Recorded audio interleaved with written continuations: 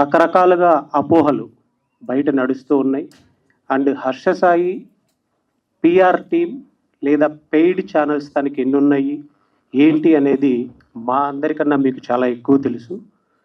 మేము ప్రతి ఛానల్కి వెళ్ళి కూర్చొని వాటిని ఎక్స్ప్లెయిన్ చేసే అంత టైం లేదు కాబట్టి, మా ఇంటెన్షన్ అది కూడా కాదు కాబట్టి, అండ్ సింగిల్ సిట్టింగ్లో క్లారిఫికేషన్ ఇవ్వాలన్న ఉద్దేశంతో మీడియా అందరినీ ఒకే వేదిక మీద అడ్రస్ చేయాలన్న ఉద్దేశంతో వచ్చాము. ఈ కేసుకు సంబంధించి చాలా అపోహలు బయట నడుస్తున్నాయండి. అంటే అసలు కేసు ఎఫ్ఐఆర్ ఏంటి, ఏం ఫైల్ చేశారు అనేది క్లియర్ డీటెయిల్స్ ఇప్పటివరకు ఎక్కడ రివీల్ చేయలేదు.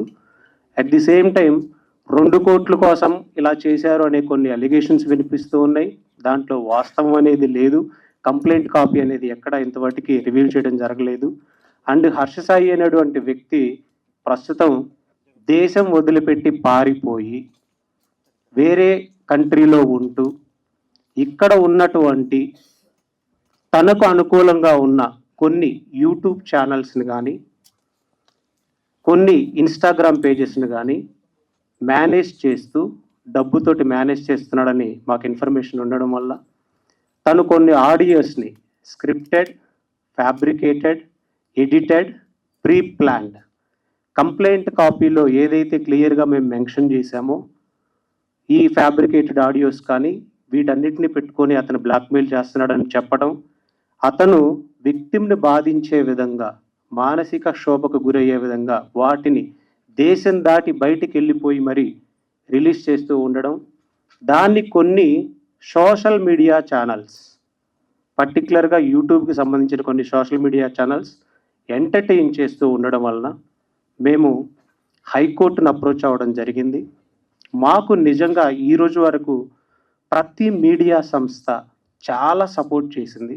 చాలా సపోర్ట్గా ఉంటూ అతని బెట్టింగ్ మాఫియాని బయటపెట్టడంలో, ఇల్లీగల్ బెట్టింగ్ యాప్స్కి సంబంధించిన వాటి నుంచి నేరాలను బయటపెట్టడంలో, అండ్ వాళ్ళ ఫ్యామిలీ బ్యాక్గ్రౌండ్లో ఉన్నట్టు జరిగేటువంటి ఆర్థిక నేరాలను బయటపెట్టడంలో మీడియా సంస్థలు నిజంగా చాలా గొప్పగా పనిచేసినాయి. దాన్ని మేము స్పెషల్గా థ్యాంక్స్ చెప్తున్నాము. కానీ నిన్నటి వరకు ఉన్న అటెన్షన్ని డైవర్ట్ చేయడం కోసం మళ్ళీ ఒక కొత్త ప్లాన్ బి అతను రెడీ చేసుకున్నాడు. మీడియా సంస్థల మీద కేసులు వేస్తున్నటువంటి లాయర్లు అనే వాదనని తెర మీదకి తీసుకొచ్చే ప్రయత్నం చేస్తూ ఉన్నాడు. మేము మీడియా సంస్థల మీద ఎలాంటి కేసులు వేయలేదు. అతను రిలీజ్ చేసినటువంటి ఆడియోస్లో ఎలాంటి అథెంటిసిటీ లేకుండా, ఏ క్రెడిబిలిటీ చెక్ చేయకుండా, ఏ సందర్భంలో మాట్లాడారో లేదా తను అసలు మాట్లాడిందో లేదో అనే సందర్భాన్ని కూడా లేకుండా ఒక విక్టిమ్కి ఒక మానసిక క్షోభకు గురవుతుంది కాబట్టి లీగల్గా మేము ఏం చేయగలమో దాన్ని రిట్ పిటిషన్లో రూపంలో మాత్రమే హైకోర్టు ముందు ఉంచడం జరిగింది. మా వాదనలు విన్నటువంటి ధర్మాసనం ఒక ఇంటర్మ్ ఆర్డర్ ఇచ్చిందండి. ఆ fabricated, edited, scripted, pre planned audios నిందితుడు కొన్ని యూట్యూబ్ ఛానల్స్ని అడ్డు పెట్టుకొని తనని మానసిక క్షోభకు గురి చేస్తున్నారు కాబట్టి ఆ లింక్స్ అన్నీ కూడా ministry of broadcasting and technology union of India, Telangana government and cyber crime and SHO, YouTube and meta వీళ్ళందరినీ పార్టీగా చేయడం జరిగింది. వీళ్ళందరూ వాటిని తీసివేయాలని కూడా జరిగింది. ఒకవేళ మీరు నిజంగా వాటిలో ఏదైనా మీడియా ఛానల్స్ కొన్ని వాటికి సంబంధించి ప్రచారం చేసి ఉంటే అవి లీగల్గా గవర్నమెంట్ ద్వారా తీసివేస్తే మీరు కూడా మా మీద కేసులు వేసి తీసేయిస్తారా అనే హర్ష సాయి వాదనలోకి వెళ్ళిపోయే అవకాశం ఉంది కాబట్టి మా అంతటా మేమే ముందు వచ్చి మిమ్మల్ని రిక్వెస్ట్ చేస్తున్నాము. ఆ ఫ్యాబ్రికేటెడ్, ఎడిటెడ్, స్క్రిప్టెడ్ ఆడియోస్ని నిందితుడు ఇలా వాడుకొని బాధితురాలకి ఇంకా అన్యాయం చేసి తను సూసైడ్ చేసుకునే స్థాయి వరకు తీసుకెళ్లాలనే ప్లాన్ని మీడియా సంస్థలను అడ్డుపెట్టుకుంటున్నాడు కాబట్టి, అలాగే యూట్యూబ్ ఛానల్స్ని అడ్డుపెట్టుకుంటున్నాడు కాబట్టి, ఇన్స్టాగ్రామ్ పేజెస్ని అడ్డుపెట్టుకుంటున్నాడు కాబట్టి దీన్ని అర్థం చేసుకోగలరు అని మిమ్మల్ని ఒక సింగిల్ వేదిక మీద పిలిచి మేము చెప్తూ ఉన్నాము. ఇంకా ఈ కేసుకు సంబంధించి ఇప్పటి వరకు కొంతమంది పెయిడ్ ఆర్టిస్టులు అంటాం. పెయిడ్ ఆర్టిస్టులు అంటే కొన్ని డిబేట్స్లు మేము చూస్తూ ఉన్నాం. వాళ్ళ దగ్గర ఎఫ్ఐఆర్ కాపీ లేదు, కంప్లైంట్ ఏంటో తెలియదు. ఈ ఆడియోస్ బేస్ చేసుకొని ఒక సినిమా రివ్యూ చెప్పినట్టు ఆడపిల్ల జీవితాన్ని చెప్తున్నారండి. ఒకసారి ఆలోచించండి. ఆ ఆడియోస్ని బేస్ చేసుకొని మన ఇళ్లలో ఆడపిల్లలు ఉన్నారు, మనకి అక్కా చెల్లెళ్ళు ఉన్నారు. వాళ్ళ జీవితాలని ఈ ఆడియోలను బేస్ చేసుకొని కంప్లైంట్ కాపీలో ఏముందో కూడా తెలియకుండా డిసైడ్ చేయడానికి డిబేట్లు పెడుతూ ఉన్నారు. పర్టికులర్గా యూట్యూబ్లోని సోషల్ మీడియా ఛానల్స్ కొన్ని. వారి మీద సైబర్ క్రైమ్ వాళ్ళు కంప్లైంట్ నమోదు చేయడం జరిగింది, ఎఫ్ఐఆర్ రిజిస్టర్ చేయడం జరిగింది. ఎఫ్ఐఆర్ కాపీ కూడా తీసుకొని వచ్చాం. ఎప్పుడైతే హైకోర్టు డైరెక్షన్ ఇచ్చిందో వీళ్ళు ఎఫ్ఐఆర్ రిజిస్టర్ చేశారు. వాళ్ళ నేమ్స్ వచ్చేసి మీ అందరికీ తెలుసు, వాళ్ళు కూడా సోషల్ మీడియా ఇన్ఫ్లుయెన్సర్సే. సో దాసరి విజ్ఞాన్ అనే అతని మీద, శేఖర్ భాష అనే వ్యక్తి మీద, అండ్ కరాటే కళ్యాణి, సారీ ఆమె నేమ్ తీసుకున్నందుకు, ఆమె కూడా ఉమెన్, ఆమె కూడా ఆలోచించాలి. కరాటే కళ్యాణి గారి మీద, ఇంకొక పర్సన్ మహిదర్ వైబ్స్. ఇవి ఆడపిల్లల జీవితాలండి, సినిమా రివ్యూలు కాదు. కేవలం అతను పంపించిన ఆడియోస్ని కంప్లైంట్ కాపీ కూడా లేకుండా వాటిని బేస్ చేసుకొని తన క్యారెక్టర్ అసాసినేషన్ చేసి తనని డిఫేమ్ చేస్తే మీకేమొస్తుంది? మహా అయితే ఒక గంట యూట్యూబ్ ఛానల్లో కంటెంట్ నడిచిద్ది, కానీ అవి విన్నటువంటి, నిజ నిర్ధారణ లేకుండా విన్నటువంటి ఆ బాధితురాలు ఎంత క్షోభకు గురవుతుందో ఆలోచించాలి ఇక్కడ మనం.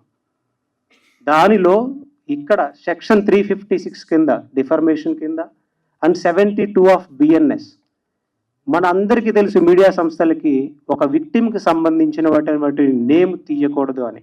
కానీ వాళ్ళ నేమ్ వేస్తూ, నేమ్ తీస్తూ, ఇవి పర్టికులర్గా తన మాట్లాడిన ఆడియోలే అంటూ, ఇవి పర్టికులర్గా తన క్యారెక్టర్ ఇది అంటూ డిఫేమ్ చేయడం కోసం చేయడం వల్ల, సో సెక్షన్ 72 బిఎన్ఎస్ మనకి క్లియర్గా చెప్తుంది ఇలా చేయకూడదని.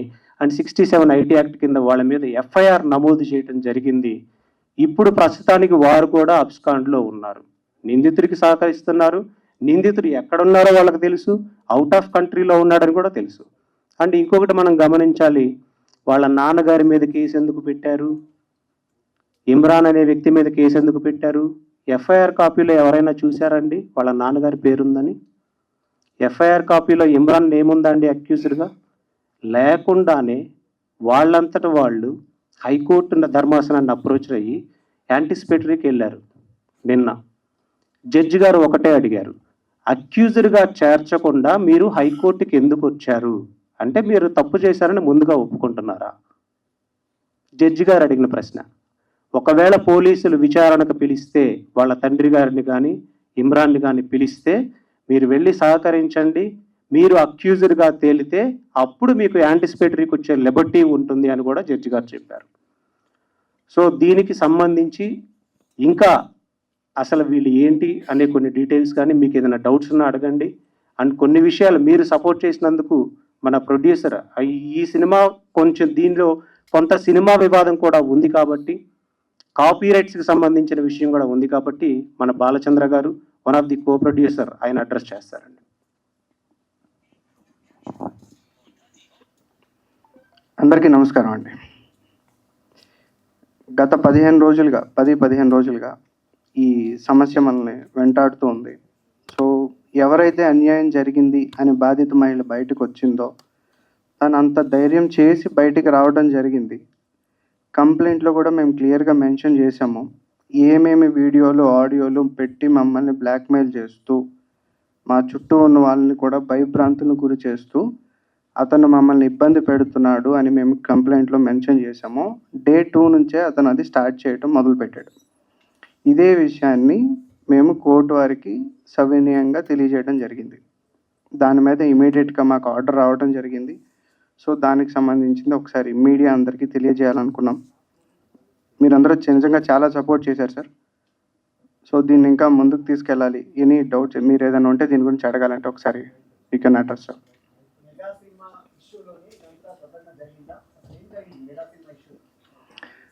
సార్ ఇది మెగా సినిమా కాదు, ఇష్యూ కాదు సార్. ఇది ఫస్ట్ ఆఫ్ ఆల్ ఏంటంటే ఇది విక్టిమ్ మీద జరిగిన లైంగిక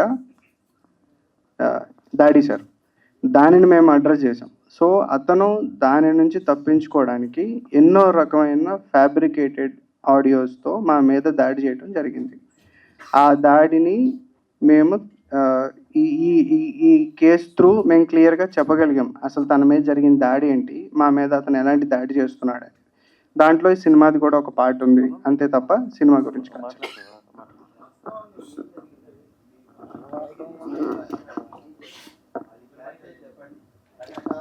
టూ క్రోడ్స్ తీసుకున్నారా లేదా కాపీ రైట్స్ కోసం?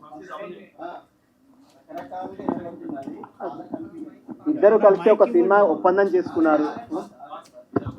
ఎస్, అదే అది దాంట్లో భాగంగానే ఇద్దరు కలిసి అసలు ఒక సినిమా ఒప్పందం చేసుకున్నారు. ఆ సినిమా వివాదం ఏంటి అసలు?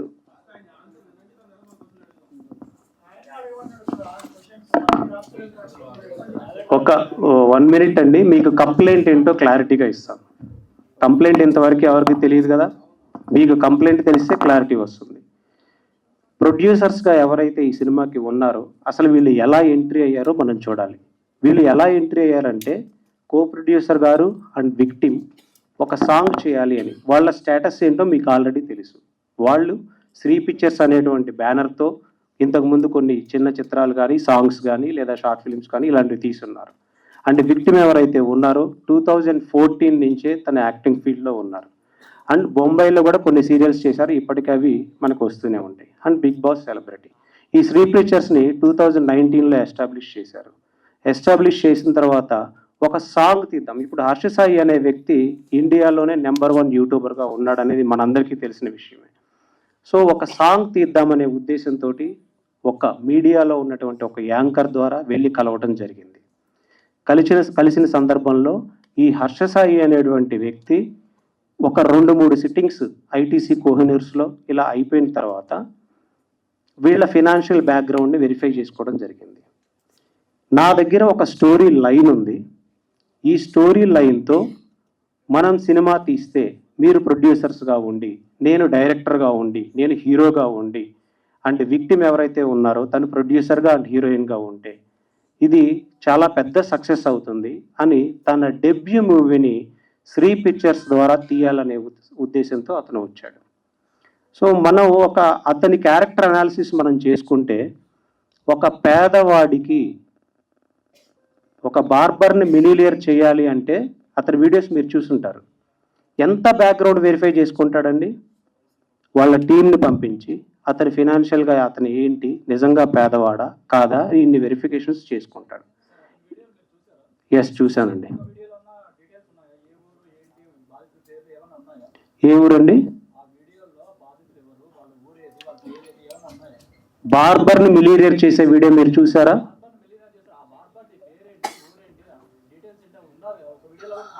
అది మీరు క్వశ్చన్ చేయాలి హర్ష సాయిని. మీరు క్వశ్చన్ చేయాలి సార్. అది హర్ష సాయిని మీరు క్వశ్చన్ చేయాలి. నేను చెప్తున్నా, ఇంత బ్యాక్గ్రౌండ్ అతను వెరిఫై చేసుకుంటాడు. ఒకళ్ళకి 5 లక్షలు దానం చేయాలంటే అతను చేసుకున్నాడు కాబట్టి, అలాగే తన ఫస్ట్ డెబ్యూ మూవీకి వీళ్ళ దగ్గర ఫినాన్షియల్ క్రెడిబిలిటీ ఉందా లేదా అని వెరిఫై చేసుకున్నాడు. ఫస్ట్ నన్ను చెప్పనివ్వండి. వెరిఫై చేసుకున్న తర్వాత మాత్రమే తను ఆ సినిమాలోకి ఎంటర్ అవ్వడం జరిగింది. అండ్ నాకు అకామిడేషన్ ప్రొవైడ్ చేయండి అనేది జరిగింది. ఆ అకామిడేషన్ ప్రొవైడ్ చేసే టైంలో ఈ నార్సింగిలోని ఒక విల్లాలో వీళ్ళు అకామిడేషన్ ప్రొవైడ్ చేశారు. ఆ విల్లాకి విక్టిమ్ని ఇంకా షూట్ స్టార్ట్ అవ్వలేదు. స్క్రిప్ట్ అతని దగ్గర ఓన్లీ లైన్ మాత్రమే ఉంది. ఇప్పుడు స్క్రిప్ట్ డిస్కషన్స్ ఎలా జరుగుతాయో మీకు తెలుసు. సో విక్టిమ్ని రమ్మని చెప్పడం, అక్కడికి వచ్చిన తర్వాత విక్టిమ్తో పాటు అతను ఆల్కహాల్ కానీ ఇలాంటి డ్రింక్స్ అన్కాన్షియస్ స్టేజ్లోకి తీసుకెళ్ళి డ్రింక్స్ ఇవ్వడం, తర్వాత తను కొన్ని మన నోటితో చెప్పలేనటువంటి అంటే కొన్ని నగ్న చిత్రాలు తన అన్కాన్షియస్ స్టేజ్లో తీసి తన కెమెరాలో బంధించడం, తన కెమెరాలో ఉంచడం, ఆ తర్వాత తన మీద లైంగిక దాడి ఇలాంటివి చేయడం, తర్వాత అవి చూపిస్తూ బ్లాక్మెయిల్ చేయడం. వాళ్ళ ఫాదర్ ఎప్పుడైతే తను లీగల్గా కంప్లైంట్ ఇవ్వాలి, డిఫెండ్ చేయాలి అనుకుందో, అల్టిమేట్ స్టేజ్లో ఇంకా ఈ వివాదాన్ని సర్దుమర్చాలి అనే ఉద్దేశంతో వాళ్ళ నాన్నగారితో మాట్లాడించి ఎలా అయినా సరే ఈ వివాదాన్ని ఇక్కడ సర్దుమర్చాలనే ఉద్దేశంతో వాళ్ళ నాన్నగారు ఒక ఫాల్స్ ప్రామిస్, మీరు సెలబ్రిటీ, తను సెలబ్రిటీ, మీరు ప్రొడ్యూసర్గా ఉన్నారు, ఈ సినిమా సక్సెస్ అవుతుంది, మీకు పెళ్లి చేస్తాను అనేటువంటి ప్రపోజల్ పెట్టడం, ఆ పెళ్లి అనే మాటతో నమ్మించి, ప్రేమ అనే మాటతో నమ్మించి సినిమాని ఇంత దూరం తీసుకొని రావడం, దాన్ని ఎలా షూట్ చేశారు, బ్లూ మ్యాట్ కూడా యూజ్ చేయకుండా ఎలా షూట్ చేశారు అనేది మీరు ఆల్రెడీ చూశారు. ట్రీజర్ ఎంత గ్రాండ్గా రిలీజ్ అయిందో కూడా మీరు చూశారు. ఇప్పుడు ప్రొడ్యూసర్ రైట్స్ ఎవరి దగ్గర ఉంటాయండి? స్టోరీకి సంబంధించినవి రైట్స్ అన్ని ఎవరి దగ్గర ఉంటాయి? ప్రొడ్యూసర్ దగ్గర ఉన్నాయి. ఆ సినిమాకి అది రిలీజ్ అయితే 10 మిలియన్ వ్యూస్ వరకు 12 మిలియన్ వ్యూస్ వరకు వెళ్ళటం మనం చూసాం ఆల్రెడీ. నెట్ఫ్లిక్స్ కూడా వీళ్ళని అప్రోచ్ అయినట్టు మనకు తెలుస్తుంది. ఈ సినిమా 100 కోట్లు వెళ్తుంది, 200 కోట్లు వెళ్తుంది అని అతను చెప్పిన ఆడియోస్ని పోలీసు వారికి సబ్మిట్ చేయడం కూడా జరిగింది.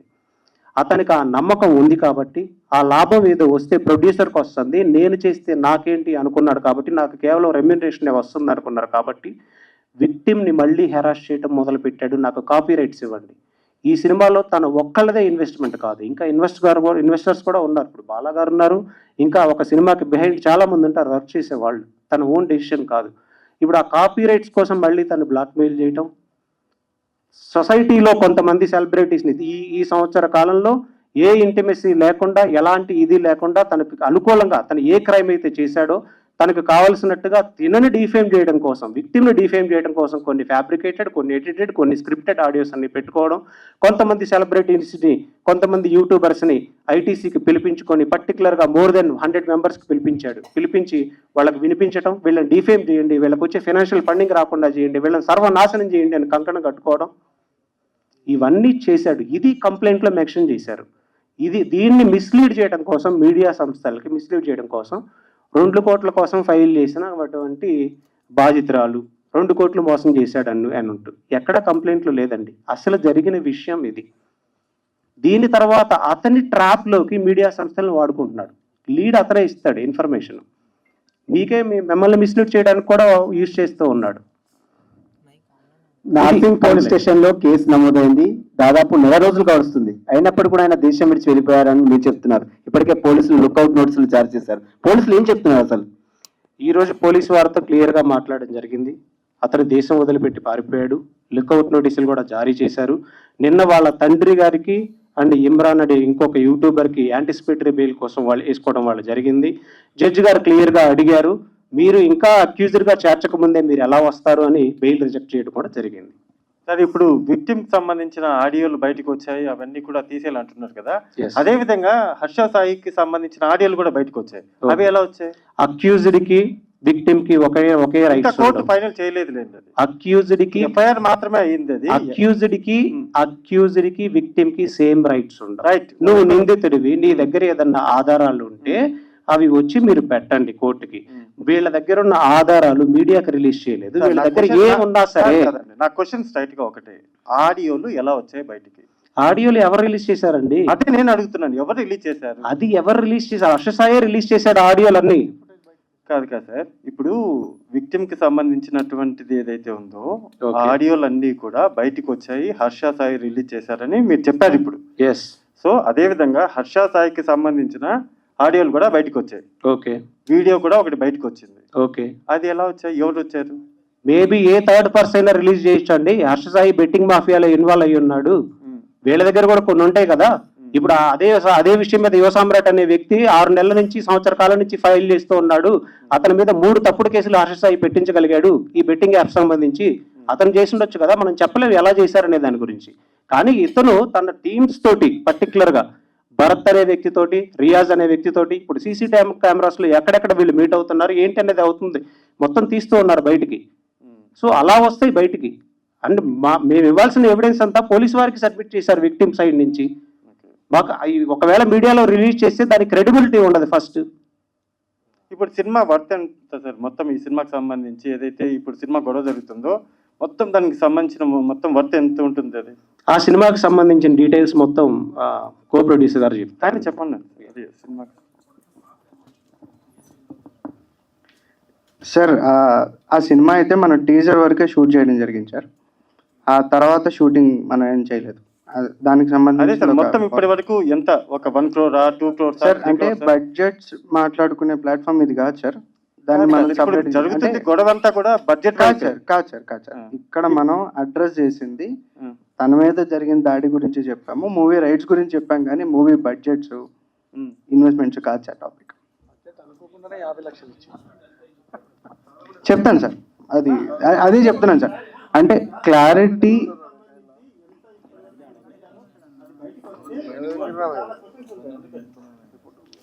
ఓకే.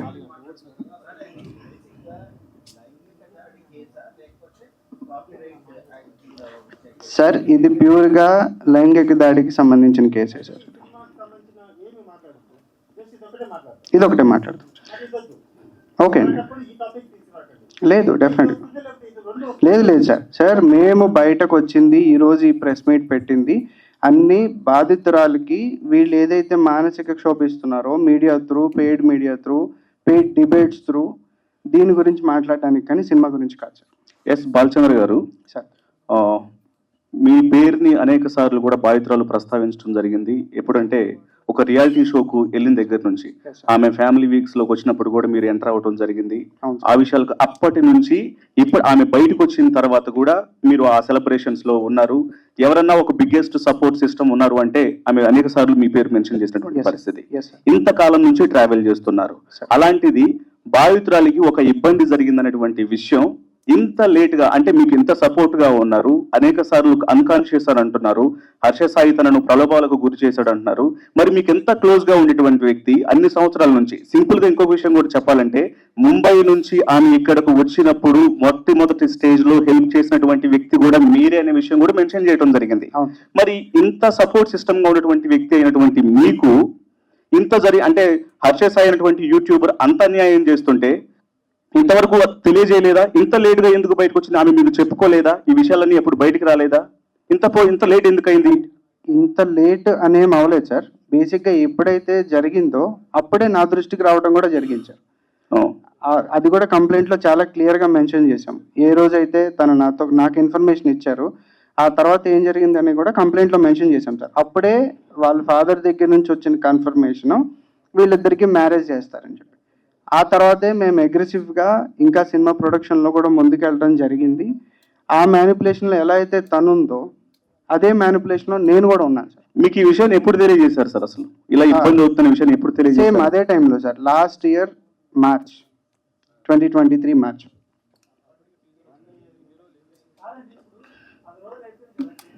అవును సార్.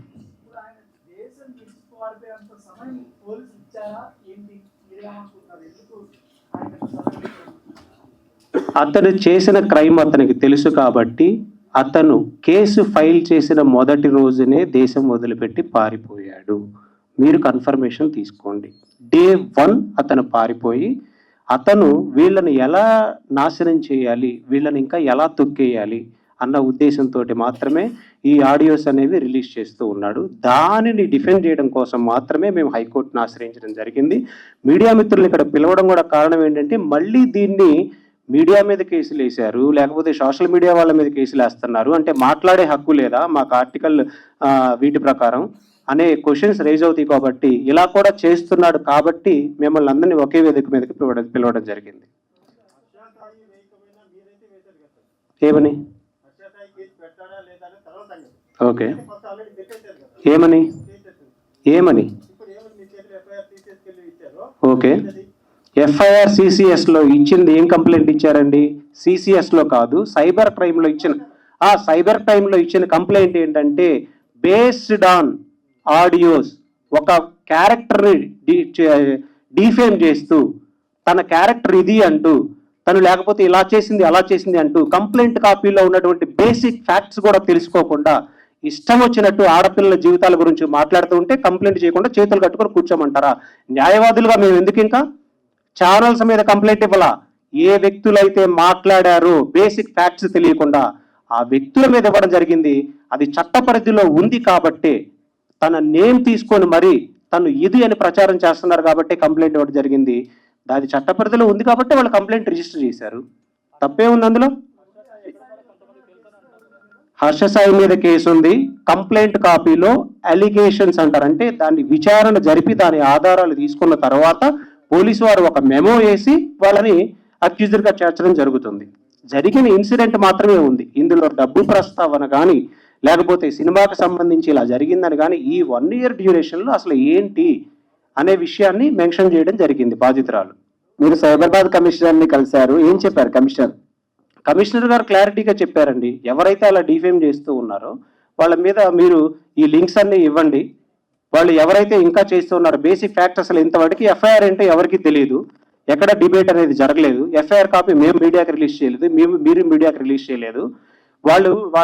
అతను రిలీజ్ చేసినటువంటి ఫ్యాబ్రికేటెడ్ అండ్ ఎడిటెడ్ స్క్రిప్ట్ ఆడియోషన్ బేస్ చేసుకొని ఒక మహిళకు సంబంధించి ఒక విక్టిమ్కి సంబంధించి ఎలా మాట్లాడతారో అని వాళ్ళ మీద కేసులు బుక్ చేయడం జరుగుతుంది. ఇప్పుడు హర్ష సాయి దేశం విడిచి వెళ్ళిపోయాడని మీరు చెప్తున్నారు. మరి ఫర్దర్ గా ఎలా ప్రొసీడ్ అవుతారు? లుకౌట్ నోటీసులు జారీ చేశారండి పోలీసు వారు ఆల్రెడీ. ఆ లుకౌట్ నోటీసులు బేస్ చేసుకొని హర్ష సాయి అతను యాంటిసిపేటరీ బెయిల్ ట్రై చేసుకున్నా కానీ పర్టికులర్ గా ఈ సెక్షన్స్ లో సుప్రీంకోర్టు గైడ్ లైన్స్ ప్రకారం వచ్చే అవకాశాలు కూడా లేవు. ఎస్, మీడియా మిత్రులకే తెలుసండి. నేను ఒక మీడియా ఇంటర్వ్యూలో చూశాను. లేదండి, అలా తీసుకోవడానికి లేదు. ఈ చట్ట ప్రకారంగా ఎవరిని పడితే ఇంతకు ముందులాగా తీసుకొచ్చి వాళ్ళని కూర్చోబెట్టేసేసి వాళ్ళని విచారించడానికి లేదు. ఇప్పుడు హర్షసాయి ఫ్రెండ్ అయినంత మాత్రాన వాళ్ళని తీసుకొచ్చేసి అరెస్ట్ చేసి వాళ్ళని కొట్టి నిజాలు చెప్పించడాలు ఉండవు. చట్ట పరిధిలో పోలీసు వారు ఏం చేయగలరో అదే చేయగలరు. ఇందులో ఎలాంటి ఇన్ఫ్లుయెన్స్ ఉండదు. డెఫినెట్గా తీసుకుంటారు. ఏ ఎయిర్పోర్ట్లో అయినా అరెస్ట్ చేస్తారు అతన్ని. యాంటిసిపేటరీ బెయిల్ కోసం వెళ్ళినటువంటి ఎవరైతే మిగతా తనకు సహకరించినటువంటి యూట్యూబర్స్ ఎవరైతే ఉన్నారో ఓకే, ఈ యొక్క కేసులో వారి యొక్క పాత్ర అనేది ఎంత వరకు ఉంది అనేది మీరు అనుకుంటున్నారు? అలాగే కొంతమంది పేర్లు కూడా మీరు ప్రస్తావించడం జరిగింది. మాతో ఇంటర్వ్యూ ఇచ్చేటప్పుడు కూడా ఒకళ్ళిద్దరి పేర్లు కూడా వాళ్ళ మీద కూడా ఫిర్యాదులు చేశామని చెప్పారు. వాళ్ళు ప్రధానంగా ఎవరెవరు అనుకుంటున్నారు? వాళ్ళ యొక్క పాత్ర అసలు ఈ కేసులో ఎంత వరకు ఉంది? బాధితుల పరంగా ఇబ్బంది కావడానికి అని చెప్తారు. విక్టిమ్ కంప్లైంట్ ఇచ్చినప్పుడు క్లియర్ గా చెప్పింది. ఒక 1 month నుంచి ఈ హర్షసాయి అనే వ్యక్తి కొంతమంది యూట్యూబర్లని పిలిపించుకొని పర్టికులర్గా ఒక నేమ్ మెన్షన్ చేసి మరి, అతను కూడా ఒక యూట్యూబర్, ఫేమస్ యూట్యూబరు, ఆ నేమ్ మెన్షన్ చేసి మరి అతనికి ఈ ఆడియోలు కానీ లేకపోతే వీడియోలు కానీ వీళ్ళ క్యారెక్టర్ దాన్ని కానీ ఇట్లా డిఫేమ్ చేయడం కోసం వాడుతున్నాడు అనే ప్రస్తావన మాత్రమే కంప్లైంట్ కాపీలో ఉంది. సో పోలీసు వారు విచారణలో భాగంగా వాళ్ళకి ఎగనెస్ట్గా ఏమైనా ఎవిడెన్సెస్ కలెక్ట్ చేస్తే ఒక మెమో వేసి డెఫినెట్గా వాళ్ళని అక్యూజర్గా చేర్చే అవకాశాలు ఉన్నాయి. హర్షసాయిని అరెస్ట్ చేస్తే ఓకేనా, లేదంటే అసలు బాధిత మహిళ ఏం ఎక్స్పెక్ట్ చేసి కేసు పెట్టారు? అసలు బాధిత మహిళ న్యాయం కోసం చట్ట పరిధిలో హర్షసాయికి ఏ శిక్ష పడుతుందో ఆ శిక్ష పడడం కోసం మాత్రమే కేసు పెట్టింది. దీన్ని మిస్లీడ్ చేయడం కోసం 2 కోట్లు అనే అబద్ధాన్ని హర్షసాయి క్రియేట్ చేశాడు. హర్షసాయి తరఫు న్యాయవాది క్రియేట్ చేశారు. సో మొత్తం ఈ కేసులో ఫైనాన్షియల్ కి సంబంధించి ఏం సంబంధం లేదు. ఫైనాన్షియల్ సంబంధం లేదండి. డిమాండ్ ఏంటి? మళ్ళీ ఆమె పెళ్లి చేసుకోవడమా లేదంటే శిక్ష పడడమే మెయినా? కాదండి, పెళ్లి అనే ప్రస్తావనని ఒక 1 year ఆ అబద్ధాన్ని 1 year నడిపాడు అతను. 1 year నడిపిన తర్వాత ఈ సినిమా రైట్స్ లాక్కుందామని మళ్ళీ బ్లాక్మెయిల్ చేయడం మొదలు పెట్టాడు. ఈ రోజు సొసైటీలో ఉన్నటువంటి కొంతమంది యూట్యూబర్స్ని పిలుచుకొని వాళ్ళ క్యారెక్టర్ దాన్ని డిఫేమ్ చేయడానికి ప్రయత్నించాడు. మీరు అడిగిన క్వశ్చన్ మేము అడిగాను, నీకు అల్టిమేట్గా ఏం న్యాయం కావాలని. ఆ అమ్మాయి ఒకటే చెప్పింది, నాకు న్యాయం అంటే అతనికి శిక్ష పడటమే న్యాయం అని చెప్పింది. అదే న్యాయం మనం ఒకవేళ హర్షసాయి వచ్చి ఎస్, ఏ రైట్స్? మూవీకి సంబంధించిన కాపీ రైట్స్ వీళ్ళ పేరు మీద ఉన్నాయి. అవి తన పేరు మీదకి మార్చుకోవడం కోసం వీళ్ళకు వచ్చేటువంటి ఫినాన్షియల్ స్టాటిస్టిక్స్ ఏవైతే ఉన్నాయో, ఫినాన్షియల్ ఫండింగ్ ఏవైతే ఉన్నాయో అవి రాకుండా ఉండడం చేయడం కోసం, వీళ్ళ సొసైటీలో డిఫేమ్ చేయడం కోసం అతను ఫుల్ ప్లాన్డ్గా చేసినటువంటి ఇన్సిడెంట్. సో మూవీ అనేది కొంచెం మనం దీన్ని పక్కన పెడదాం, అవుట్ ఆఫ్ కంటెంట్ అవుతుంది. సార్, ఇప్పుడు గత 15 రోజులు అవుతుంది ఈ కేసు నడవబట్టి. అవును, పురోగతి ఏంటి సార్ ఈ కేసులో? కేసు పురోగతి అని అంటే అది పోలీసు వారు వాళ్ళు ఎంతవరకు చేయగలరో వాళ్ళ ప్రయత్నాలు వాళ్ళు చేస్తూ ఉన్నారండి. కానీ హర్షసాయి అనే వ్యక్తి Day 1 దేశం వదిలిపెట్టి పారిపోవడం వలన మనకి కొంత పరిధి మాత్రమే ఉంటుంది. పోలీసులకి లుకౌట్ నోటీస్ జారీ చేస్తారు. అతను ఏ రోజైనా కంట్రీలో అడుగుపెట్టి, ఏ బార్డర్లో అయినా సరే, ఏ ఎయిర్పోర్ట్లో అడుగుపెట్టినా కానీ అరెస్ట్ చేసే అవకాశాలు ఉన్నాయి. సో అంతవరకే చేయగలరు. కానీ అతను ఈ మీడియా తనకున్న పర్సనల్ అకౌంట్స్ ద్వారా కానీ తనకున్న ఫ్యాన్ పేజెస్ తోటి కానీ ఇలా చేయకుండా ఉండడం కోసం మాత్రమే, విక్టిమ్ని ఇంకా తన జీవితాన్ని నాశనం చేయకుండా ఉండడం కోసం మాత్రమే కోర్టు మెట్లు ఎక్కాల్సిన పరిస్థితి ఏర్పడింది. అంటే విక్టిమ్ కి జరిగిన అన్యాయం గురించి ఒక 1 year గా ఏదో ఒకటి జరుగుతుంది ఇంటర్నల్ గా. పోలీస్ కేసు ఒక 1 year 1.5 year తర్వాత పెట్టడానికి కారణం ఏంటండి? స్టార్టింగ్లోనే వీళ్ళు లీగల్గా స్టెప్స్ తీసుకుందాం అనుకున్నప్పుడు వాళ్ళ సెలబ్రిటీ స్టేటస్ని వీటన్నిటిని అడ్డు పెట్టుకొని విక్టిమ్ యొక్క ఎవరైతే హర్షసాయి ఫాదర్ ఎవరైతే ఉన్నారో అతను కాంప్రమైజ్ చేశాడండి. Day 1 అతను కాంప్రమైజ్ చేయటం వల్ల వాళ్ళు నమ్మి ట్రావెల్ చేసి ఈ మూవీ మీద ఇన్వెస్ట్మెంట్ పెట్టి తనని బాగా నమ్మారు. ఆ నమ్మకమైన సిచ్యువేషన్లో మీరు అర్థం చేసుకోండి. ఇప్పుడు ఈరోజు కొన్ని మీడియా ఛానల్స్ అంటే కొన్ని యూట్యూబ్ పర్టికులర్గా అండి ఎలా చేస్తున్నారంటే ఇప్పుడు రామాయణం గురించి మాట్లాడుతుంటే ఎలా చెప్తారంటే వీళ్ళు సీత గీత ఎందుకు దాటింది, దాటకుండా ఉంటే ఉండేది కదా, ఎందుకు దాటాల్సిన నెసిటీ ఏంటి, లక్ష్మణుడి గీసిన దాటకుండా ఉంటే సీత మంచిదే కదా, రావణాసురుడు అన్ని సంవత్సరాలు అక్కడ ఉంచారు కానీ టచ్ చేయలేదు కదా. సార్ ఇప్పుడు ఇలాంటి క్వశ్చన్స్ వస్తాయండి మీడియా పరంగా. సార్ ఒక క్వశ్చన్ ఆడియోలు ఆ అమ్మాయి అన్నారు కదా, ఆ వాయిస్ ఆ అమ్మాయిదేనా, విక్టిమ్దేనా? ఏదండి బయట కొన్ని రిలీజ్ చేస్తారు కదా, Yeah. ఎవరైతే దానిలో fabricated, edited, scripted not asking, no no no, audio అమ్మాయిదా కాదా అని చెప్పాల్సింది కోర్టు ఫోరెన్సిక్ పంపించిన తర్వాత ఏ నివేదిక వస్తుందో దాన్ని బేస్ చేసుకొని చెప్పాలా. నేను ఎట్లా చెప్తానండి? నాగూర్బాబు గారు ఒక్క కాదు. నిమిషం, మీరు ఒక్క నిమిషం, 10 ఆడియోలు దాకా వచ్చాయి కదండి, ఓకే. 3 నిమిషాలు వచ్చాయి కదా, ఓకే. దాంట్లో చాలా క్లియర్ గా హర్ష సాయినే ఆ అమ్మాయి ట్రాప్ చేసినట్టు ఆడుంది. ఓకే. తర్వాత దీంట్లో గోల్డ్ స్మగ్లింగ్ ఉంది, పొలిటీషియన్స్ దగ్గరికి అమ్మాయిల్ని లింకప్ అయి ఉంది, మనం వెళ్ళినట్టు తను ఉన్నట్టు అన్ని ఉన్నాయి. తర్వాత బెట్టింగ్ సంబంధించినట్టు ఇవి అంశాలు కూడా ఉన్నాయి. ఓకే. ఇవన్నీ కూడా ఫ్యాబ్రికేటెడ్ అనా? ఇవన్నీ వాయిసే కాదు అంటే అది? ఏ సందర్భం లేకుండా అది ఫోరెన్సిక్ రిపోర్ట్ వచ్చిన తర్వాత మాత్రమే మనకు తెలుస్తుంది ఆ అమ్మాయి వాయిసా కాదా, ఆ అమ్మాయి వాయిస్ కాదా అని కోర్టు పరిధిలో డిసైడ్ చేయాలి. ఆడియో కాల్స్ ఎడిట్ చేయొచ్చు.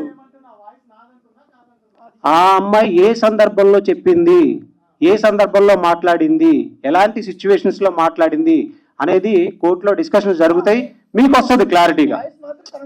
వాయిస్ తనది కాదు, కొన్ని ఉన్నాయి, ఎడిట్ చేసిన ఉన్నాయి, కొన్ని స్క్రిప్టెడ్ ఉన్నాయి. వినండి. ఆడియో మీరు ఆడియోలో ఒక ఫోన్ ఇట్లా పెట్టుకొని ఓకే. ఇట్లా రికార్డ్ చేశారు, తన స్పీకర్ ఫోన్ ఆన్ చేసి ఇద్దరు మాట్లాడుకుంటున్నది. ఓకే. క్లియర్ గా విక్టిమ్ తోనే హర్ష సాయి మాట్లాడుతున్నట్టు ఉంది.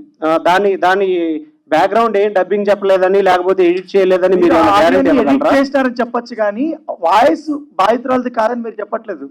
మీరు వాటిని ఫోరెన్సిక్ పంపించండి, రిపోర్ట్ వచ్చిన తర్వాత మాట్లాడదాం. నేనెందుకు పంపుతానండి, మీకు చెప్తున్న పిఆర్ టీమ్ కాదండి, ఫోరెన్సిక్. ఇప్పుడు ఏదైనా మాట్లాడేటప్పుడు కాంక్రీట్ ఎవిడెన్స్ ఉండాలా, కాన్ఫిడెన్షియల్ రిపోర్ట్ ఉండాలా, అవన్నీ లేదు కాబట్టే కదా ఈ రోజు అతను డైరెక్ట్ గా వచ్చి పోలీసుల దగ్గరకు వచ్చి Day 1 సబ్మిట్ చేసి ఈ ఆడియోస్ అన్ని ఉన్నాయి, వీళ్ళే నన్ను ట్రాప్ చేస్తున్నారు, లేకపోతే 1 year ముందే వీళ్ళు ప్లాంట్ గా నన్ను ట్రాప్ చేశారు అని అతనే ముందు ఇవ్వచ్చు కదా, అతను సెలబ్రిటీ కదా. ఈ క్వశ్చన్ అక్కడ వేయండి. ఈ సినిమాలో బాధితురాలి ఎంతో ప్రొడ్యూసర్ అన్నా, వన్ ఆఫ్ ద ప్రొడ్యూసరా లేకపోతే ఎట్లా? One of the producer and heroine. Okay. మీరు ఇద్దరు కలిసి చేశారా? ఇద్దరు అంటే ఇంకా అప్పటికి ఒక 50 లక్షల వరకు కూడా ఖర్చు చేశారన్న నిజమేనా? అది బయట చెప్తున్నట్టుగా కంప్లైంట్ లోనే రాశారు. సార్ కంప్లైంట్ లో 50 లక్షలు ఖర్చు చేసామని రాయలేదు. అండ్ ఫస్ట్ ఆఫ్ ఆల్ మనం దీన్ని సినిమా నుంచి బయటికి వెళ్ళి మాట్లాడదాం అనుకున్నాం, మళ్ళీ మీరు తిరిగి సినిమాలోకే తీసుకొస్తున్నారు. మీకు ఏదైనా సినిమా గురించే మాట్లాడాలంటే అది సపరేట్ గా నేను అదే క్వశ్చన్ అడుగుతాను. ఎందుకంటే మీరు మా స్టూడియోలోనే ఏడుస్తూ బోరుమని ఏడుస్తూ ఒక మాట అన్నారు, నన్ను రోడ్డు మీద తీసుకొచ్చాడని. That's why I am asking you. అడగండి అంతేగా కదా. కానీ ఇప్పుడు ఇక్కడ మనం పెట్టుకున్నది ఇది ప్యూర్ గా కాదండి. ఇప్పుడు బాధితురాలకి అన్యాయం జరిగింది సినిమా ద్వారానే కదా. సినిమా ద్వారా అతను మోసం చేసిన సినిమా కోసమే కదా.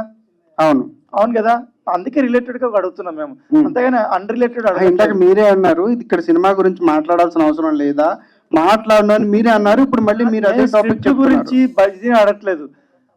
విక్టిమ్ అక్యూజ్ ని కలిసింది సినిమా డిస్కషన్ కోసం, తర్వాత కల్పించాను అంతే కదా, దాని గురించి అడిగాము అంతే. ఎస్